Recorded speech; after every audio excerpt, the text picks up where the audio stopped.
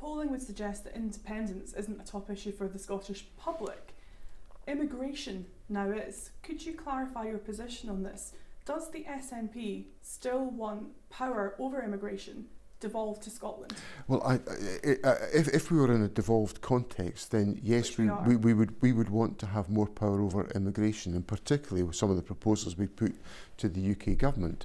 Okay, so do you want full power over immigration devolved to Scotland? That's well, obviously I want immigration powers for Scotland because I want us to be independent. Why do you think we've seen over the summer scenes in Scotland which are reminiscent of England? So saltires being used in the way some St George's flags are used in England, protests outside asylum hotels. Has that taken you by surprise? Then it comes to the use of the saltire, and I just will not allow people to redefine the use of the saltire. The saltire is a flag. All my life, all my days, history of Scotland. The saltire has been an inclusive flag, a welcoming flag, a flag that brings people together, and I will not have it defined as something else just by people who decide to associate the saltire with repugnant politics. Do you blame reform, the rise of reform, for this? There's polling that suggests they could be on course even to become the main party of opposition in the Scottish Parliament next year. I think reform is part and parcel of what is fueling this. How much are you going to be talking about Nigel Farage at this conference? I won't be talking about him a lot. I'll be mentioning him because it's kind of difficult not to, because my party needs to communicate a message to the public which says we are going to have nothing to do with Nigel Farage. So insofar as I've got to make that point clear, I'll be talking about him. But the overwhelming... Do you think Keir Starmer's talked about him too much?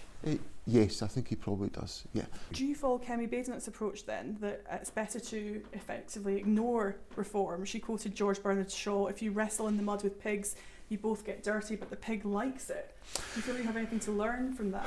I'm not sure I've got much to learn from Kemi Badenoch, to be honest. But I think you wrestle in the mud during the recent Hamilton by-election, you pitched that whole thing as Stop Farage, and then Labour won. Well, what I was pointing out was the danger of reform, and I think the danger of reform has got to be pointed out. You recently met with President Trump in the Oval Office. You said he was pleasant company. Why did you think that? Well, because he engaged in a pleasant and courteous fashion with me. Have any of your meetings been awkward? No. Do you think people in your party are uncomfortable with you cosying up to President Trump?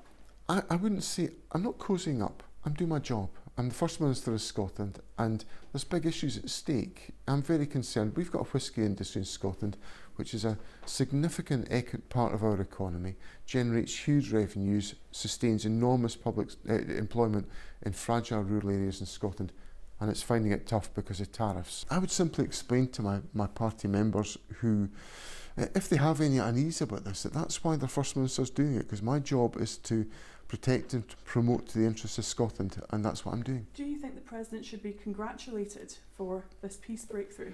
I welcome what President Trump has done. When I met him in Aberdeenshire a few weeks ago, I said to him that I thought he was about the only person in the world that Benjamin Netanyahu would listen to take a different course to the one he was taking about the genocide in Gaza.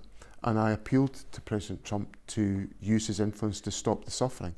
So I welcome his intervention. Do you think he should have been considered for a Nobel Peace Prize? That's for the Nobel Peace Prize Committee to decide. Do you welcome the involvement of Tony Blair in this ongoing process? Is he an appropriate person? I think that does kind of stretch the imagination a little bit, because Tony Blair's involvement in the Middle East and issues of the Iraq War was an absolute travesty. It had devastating consequences for us all. We still live with those devastating consequences. So I'm deeply sceptical about the value of Tony Blair's involvement. Deeply sceptical or angry? Well, I'm deeply sceptical. I don't think it's a good idea. Okay. What does make you angry? What does make you passionate as a politician? Many see a very polite leader, a perfunctory leader. What riles up John Swinney? What's going to make your conference sparkle? Well, what makes me angry is child poverty. I'm doing my best to reduce it in Scotland, and I'm succeeding in reducing it in Scotland.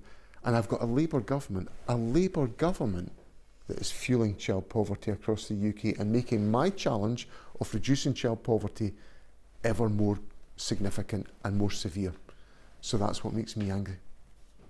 Finally, do you expect to see Nicola Sturgeon at this conference? 2 years ago, she came down an escalator in a very President Trump fashion to rapturous applause, overshadowing Hamza Yusuf. Will she come and overshadow you? I'm quite sure she'll be here and she'll be very welcome.